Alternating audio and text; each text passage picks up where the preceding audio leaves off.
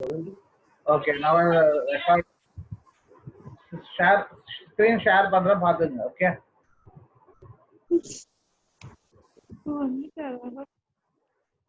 Screen share பண்றோமா? Okay. So participants நீங்க mute பண்ணிக்கீங்க. Okay. இதோ மியூட் பண்ணிக்கீங்க. So அதுக்கப்புறம் வந்து ஷர்மிளா செஷன் இருக்கும் இன்னைக்கு. Okay. So on CPU scheduling. So once we'll revise unit 2. Okay. So in unit 2 already posted a video on scheduling algorithms. Okay.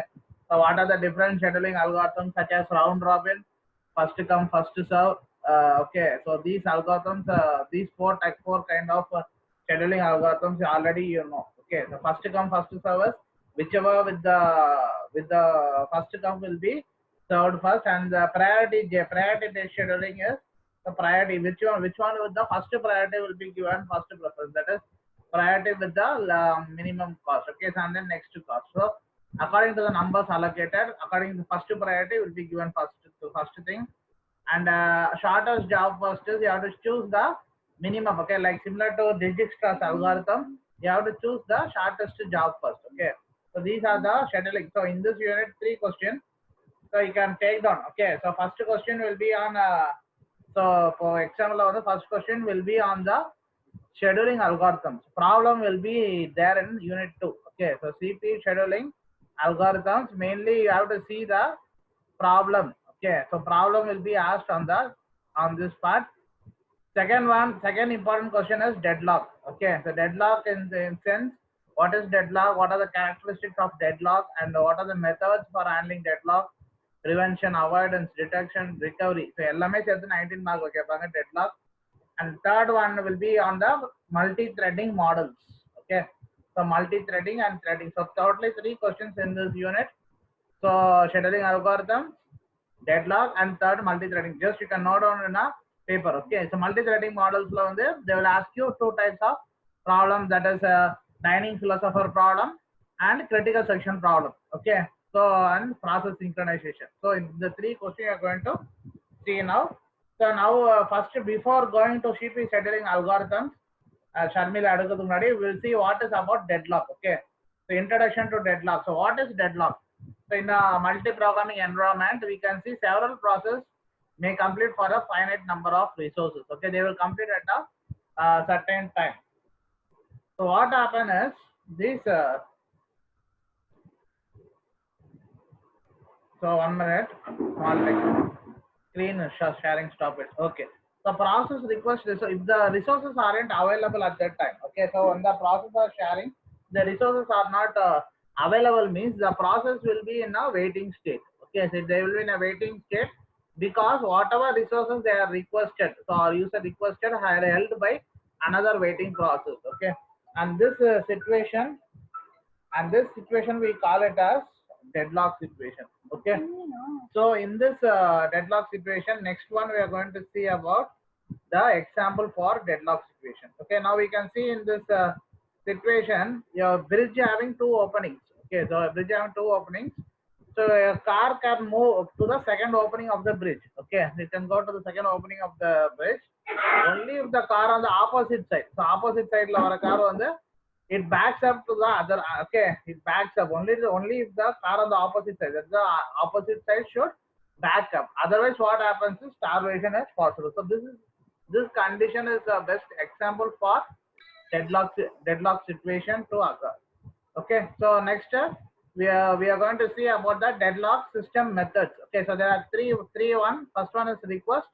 So process getting the request. Okay, or request anupum போது it can't be granted immediately. You can't immediately send a request. Okay, so what you have to do is, while requesting, a process must wait. Okay, until the other resources has been completed. Okay, so after till its completion, the process must wait at the waiting. Okay, that is for request. So if the request is done, means it should wait. Okay, so next second one is usage. So process scheduling, you can see according to the process scheduling operates between the resources. Third one is release. Okay, so the process will release the requested resources. So these are the 3 system methods. So now the very important. Okay, so already I told you the important characteristics of deadlock. Okay, adula vandu what are the important condition? Okay, so first one is mutual exclusion. So mutual exclusion is these two processes are sharing the required resources. Okay, so the process which are in waiting, mutually it will, okay, both the process which will be mutually excluded. So that is called as, okay, it will exclude the process which are in waiting. Okay, so that is called as, that condition we call as mutual exclusion. Now we can see that whenever a deadlock situation, processes never finish executing. Okay, so they are tied up. Okay, why they are tied up? Because preventing other job from starting. So this is the mutual exclusion problem. That is the condition. Second one is hold and wait. So hold and wait, you can see. So hold and wait is, it will hold the process resources, and you will keep the, already you have seen before the slide. You can see that it will be a process will wait. Okay, so in the, while taking a requesting process must wait. So it holds the process, and the process will wait for some time. And third one is no preemptive we are already on non scheduling. Preemptive scheduling is there. Okay, so preemptive scheduling is the, to avoid the condition of starvation. Okay, so there should be no preemption. Okay, and then fourth one we are going to see in a circular wait. Okay, best example is dining philosophical problem. Okay, so for the philosopher will be sitting in a circular table, and each one has a fork. Okay, so only one person can keep the fork at a time. So after waiting, okay, after the fork is waiting, and another person will start. So this is the example for circular wait dining philosopher problem is example for circular wait. So any doubts you can ask at the end of the session. Okay, so now next is the, in this you can see the resource allocation graphs for deadlock. So if in the you can see this example. So P is process starting at R1, R2 and R3. Okay, so this is the process. Okay, process is P1, P2, P3 is called as process. R1, R2, R3, R4 are resources. Now we can see the communication path between P1. It will start at process P1. So P1 to R1. So after reaching R1, from R1 it goes to P2. Okay. So now then after P2 it goes to resource R3. Okay, P2 to R3, then R3 to P3. So this is stage. Okay, from P3 it stops its execution. Otherwise you can see in the other manner. Okay, so now we can see in this R1. Okay, so R1 to P2, and then R2 to P2, and R2. So from R2 it goes to the process. Okay, so R2 shares process P1 and P2 both. Okay, so but R1 is sharing only the process P2, and R3 is going to the process P3. Now we can see in this particular condition, so deadlocks, it can be described. Okay, now we can see that there is no resource allocation for the R4. So R4 is the condition of deadlock. Okay, so deadlocks can be described more precisely in the term of this resource allocation graph. You can see R4 is left behind. Okay, so from P3 it is stopped. Okay, so the flow is stopped in P3. So in this concept, what you have to do is, okay, so you are given clearly. So P1 to R1, next R1 to P2, and then P2 what is directly can go to R3, and R3 to P3, and then from P3 you can continue to the resource R2, and again you can enter the, so the starting and ending state should be same. Okay, so now we can see in this process P1, P2, P3. So in the moon they are in the deadlock. Okay, so because P2 is why it happens means P2 P2 is waiting for the resource. Okay, என்ன resource wait பண்ணுது R3. Okay, so it's waiting for the resource R3, and it is held by what? It is held by the process. Okay, process P3. So similarly,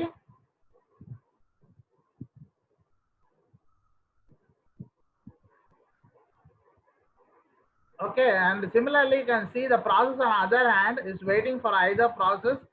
Okay, so now we can see process. Okay, other hand process P3. P3 is waiting for what? Process P1 and P2. But participants mute பண்ணுங்க. Okay. Okay, similarly, you can see P3 is waiting for either any one of the process P1 and P2 to release the R1. So these conditions continue. If P2 is the so P2, when you start from P2, what happens? P2 to R3, R3 to P3, and then P3 to R2, R2 is again P2. Okay, so this is the condition. So when if P3 is start பண்ணுங்க, P3 is start பண்ணா வரும். Okay, P3 to R2, R2 to P2, P2 to R3, R3 to P3. Okay, so this is the condition. So the beginning process and it is ends with the same process. Okay, so this we call it as resource allocation graph. Best example for the deadlock situation is Banker's algorithm. Okay, so Banker's algorithm உங்களுக்கு தெரியும். So this example clearly you can show the cycle. So now it starts with P1, okay, and it ends terminates with P1, and the two resources are shared here.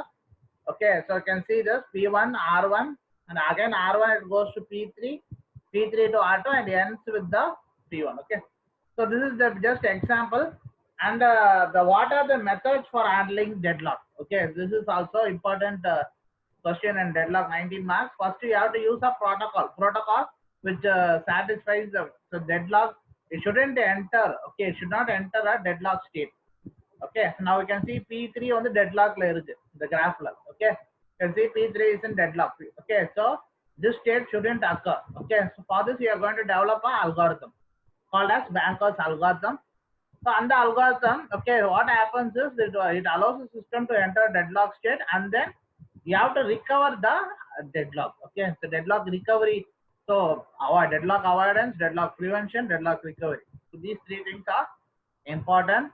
So we can all this problem can be ignored. Okay, so the solution for this is, so you are going to use Unix.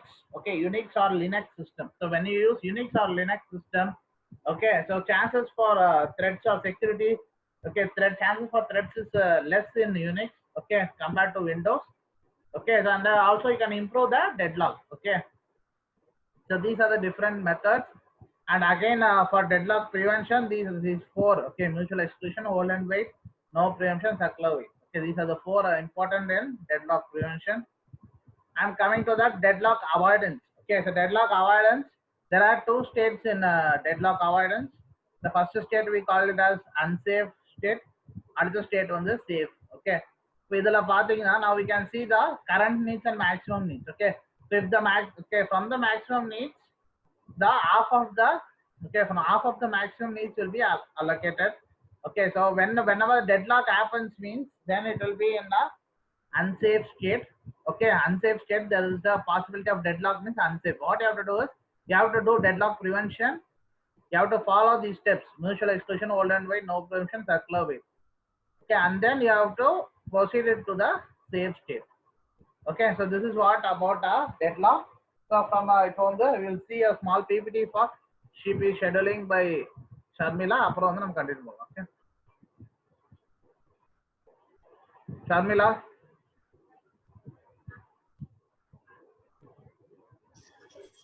Yes, sir. Okay, வா ரெடியா இருக்கீங்களா? Yes, sir. Okay, so I will see CPU scheduling. Can start now. Okay, sir.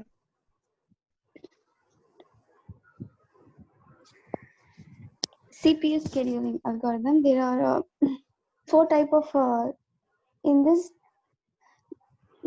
Sir, full of வெறும் 4 types of algorithm மட்டும் போதும்ல sir? இல்ல you can start PPT ல இருந்து சொல்லுங்க. ஸ்டார்டிங்ல இருந்து சொல்லுங்க. கான்செப்ட்ஸ், பேசிக் கான்செப்ட்ஸ்ல சொல்லுங்க. Okay, basic concepts. At first, we are allocating the schedule because if too many process, 1 or 3 or many etc. process will be happening at the same time, the process will not be interrupt each other. So scheduling the process, the basic concept.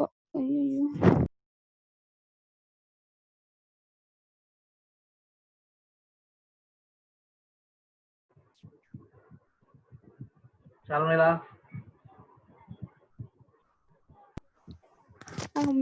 Yes, sir. Disturbance, new types. Okay.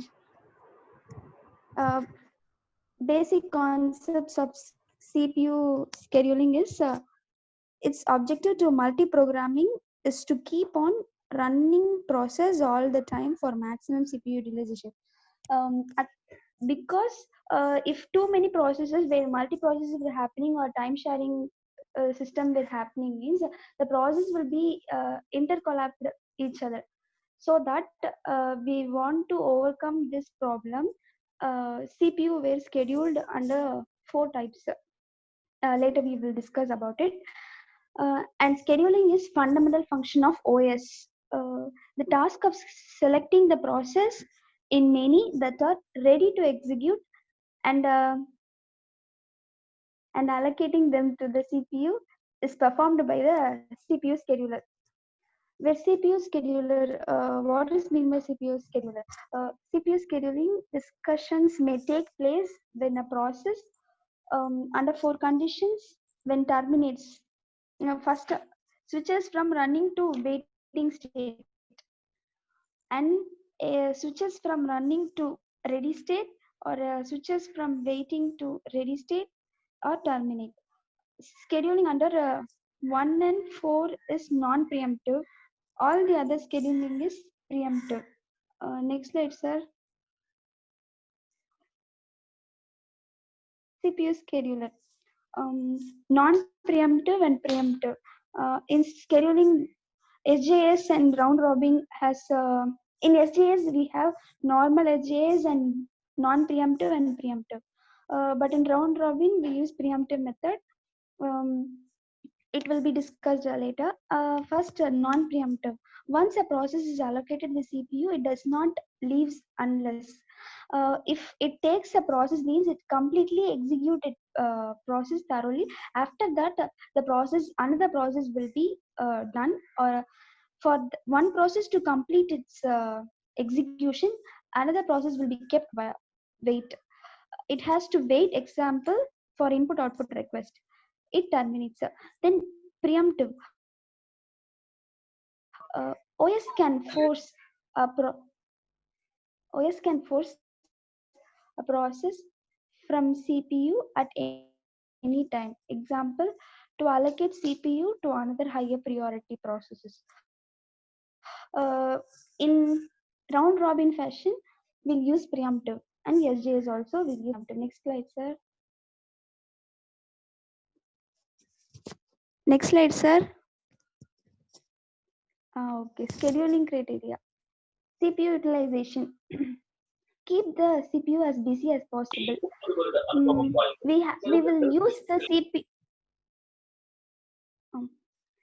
We will thoroughly utilize the capability of the CPU by maximize its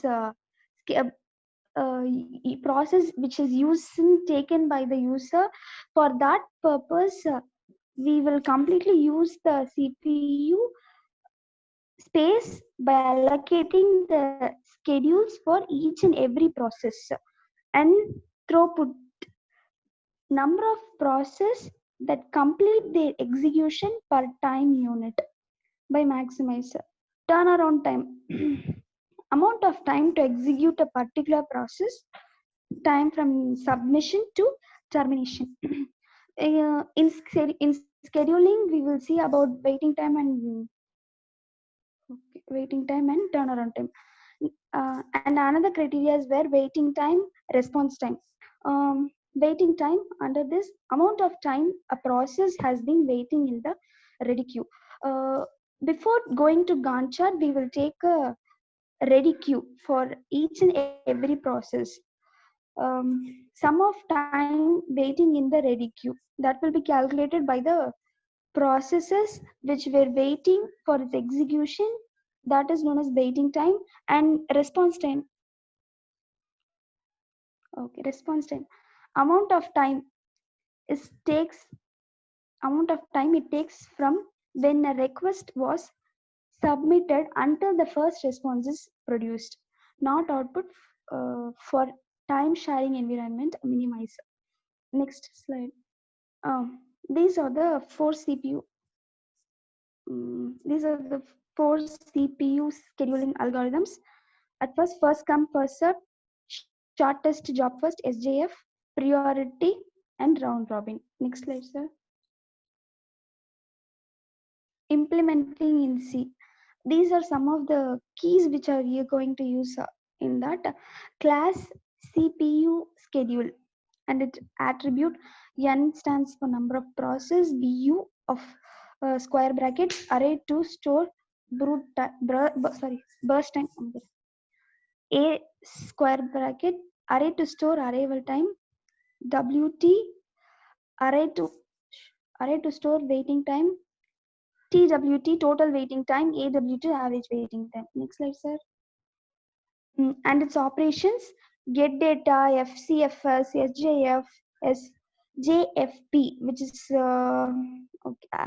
First, get data to get number of process and burst time from the user. fcfs we already know that, first come first serve algorithm. And sjf, shortest job with normal algorithm. P tends to preemption. Sjfp, non-preemptive NP. So SJFNP, priority and round robin. Next slide, sir. Okay, this is an example for first come as FCFS. in this scheduling method, the process which is evoked first by the user will be processed or executed first. This is an example. There are three processes given, P1, P2, and P3, and its burst time will given. With that note, we're going to make a Gantt chart, and waiting time, average time will be found out. First of all, we move to Gantt chart. The first process, no need to wait for any other process to happen, so that its waiting time is 0, and it will ends up at 24. The burst time is 24. Its unit time is 24.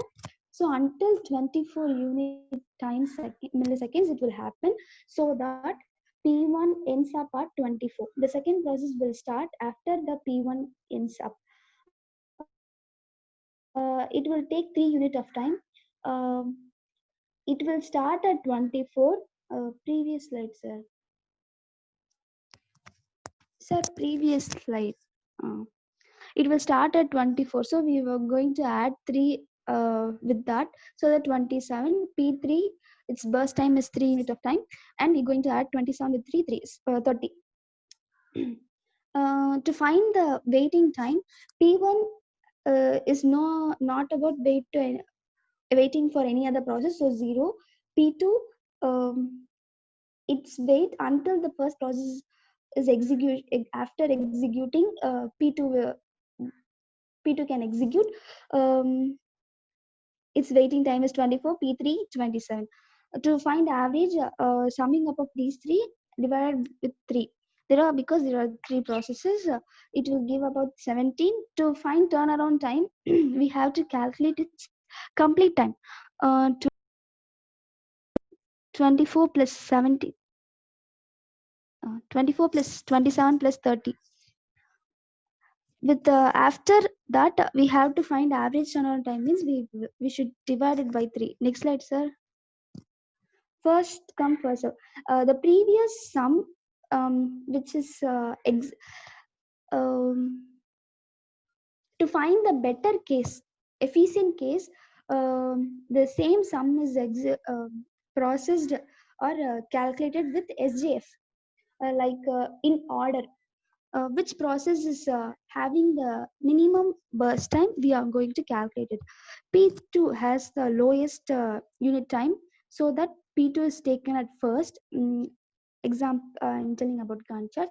So that P2, it no needs to wait for any other process. So 0, it will ends up to until 3 unit of time. So 3.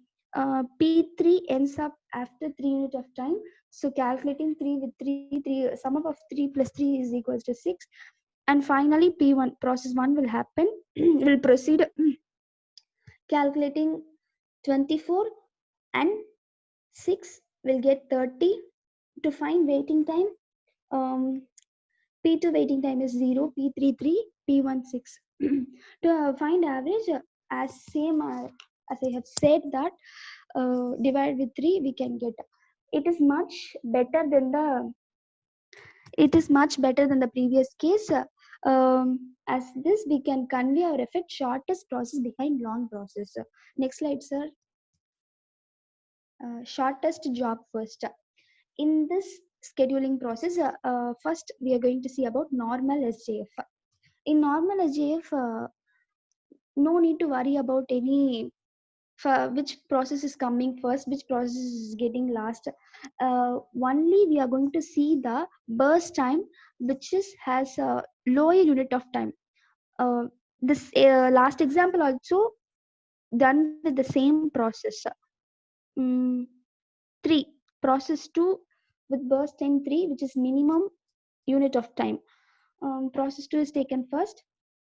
At first, Gantt chart for normal SJF. 0 process 2 ends up at 3. Next, process 3 is taken. It executes until 4 unit of time. 4 plus 3, 7. And finally, process 1 is taken. 7 plus 7, 14. To find average time, we need to calculate 307. To find average, divide with 3. Or else, if you want to current turnaround time, shortest job first, non-preemptive.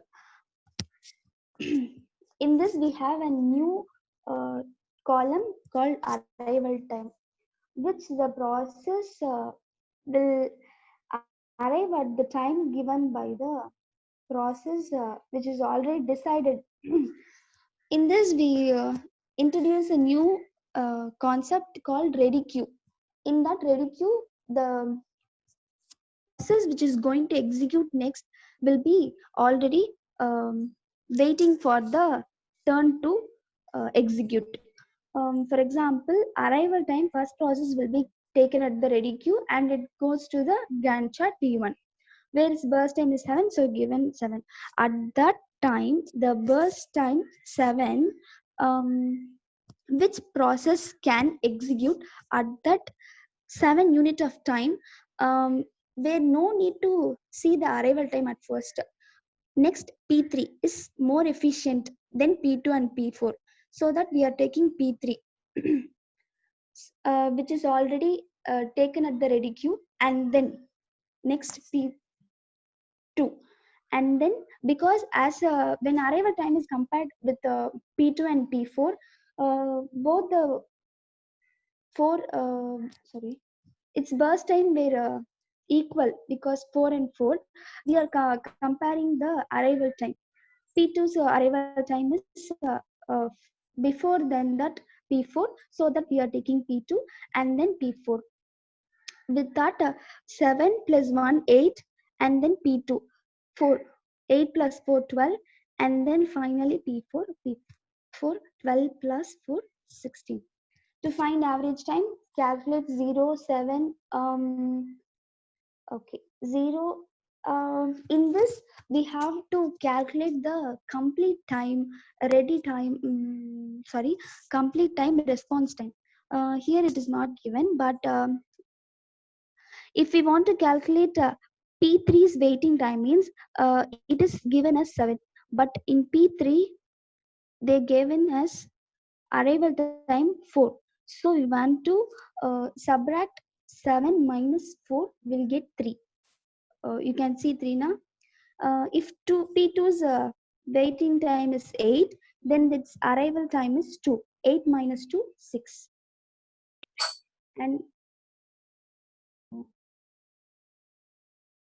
And finally P4, 12. 12 minus 5, 7. There are 4 processes, so we divide it by 4, we'll get 4. Next slide, sir. It is preemptive method. I already said starvation is used here, where in this method also we will have arrival time. Process 1, its burst time is 7, but its next process will take a will start at 2 unit of time, so that the first process will end up at 2. The next second process, I mean process 3 will, sir. 10 more minutes இருக்கு. Yes, sir. 10 minutes முடிச்சிருங்க. Okay. Okay, sir. Okay, sir. Then third process will start at 4, so that we end up process 2 at 4. Then process 1 will happen because it will start at 5 as process 2 is still remaining is burst time 2. The process 2 is happening. Likewise, we will calculate each and every time, and we can easily found the waiting time and turn around time. Next slide, sir. Shortest job first. Sir, either way I can explain only some, sir. Priority. In priority scheduling, the priority is already given. With that note, we can make a Gantt chart and we can find waiting time, turnaround time. The first priority is given to process 2, next P5, and then P1, next P3 and P4. With that note, Gantt chart is prepared. P2 is first process. P2 is given the first priority with burst time 1 and P2, and then P5. Now second priority. 1 plus 5, 6. Likewise, we can sum up and we can make a Gantt chart. For waiting time, we have to take the process waiting before the process gets end up. And turnaround time, the completion time is calculated. Next slide, sir.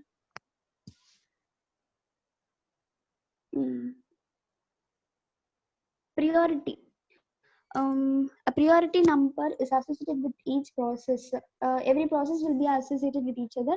The larger the CPU burst, lower the priority. The CPU is allocated to the process with the highest. So next slide, sir. Round robin. In this case, 3 processes were given and its burst time were given, where its quantum time is 4. Process will move only for 4 milliseconds, so that process 1 will move only 4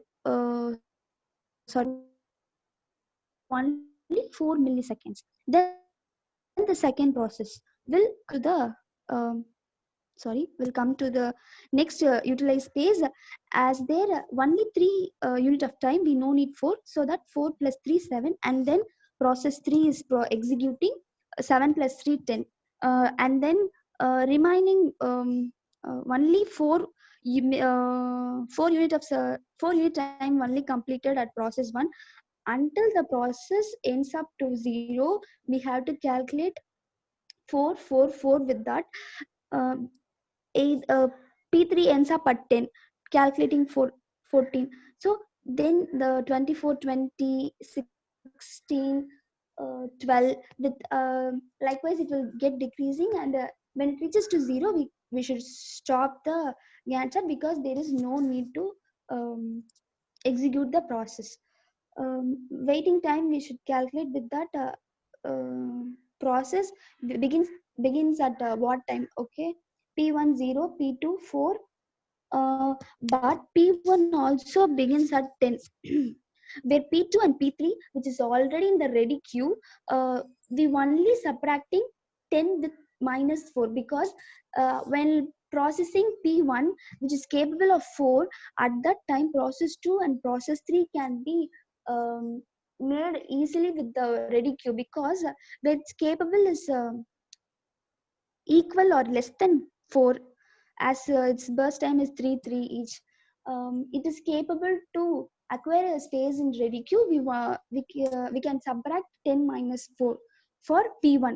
0 plus 10 minus 4 6 for P1 alone waiting time, and then for P2 4, P3 7. To find average time, 6 plus 4 plus 7 by 3 is equals to 5.6. Thank you. இதுவும் explain பண்ணுவா sir? தேவையில்ல. Okay, nice presentation. Time இருக்கு. Okay okay. So one more important announcement to you. Okay, so now இப்போ வந்து ஒரு announcement வந்திருக்கு அண்ணா யூனிவர்சிட்டில.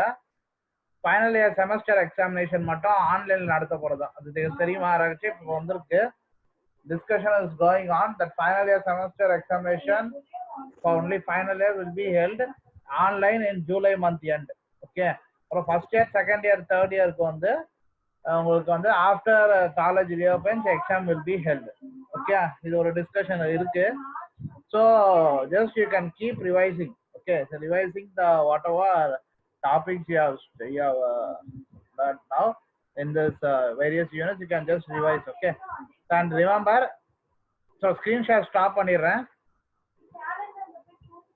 okay so in this unit 3 questions totally 3 questions you have to study and first one already we have seen the CPU various CPU scheduling FCFS priority round robin okay shortest job and second thing is deadlock okay so deadlock இப்போ நான் நடத்தின deadlockல வந்து characteristics of deadlock methods for handling deadlocks okay so these are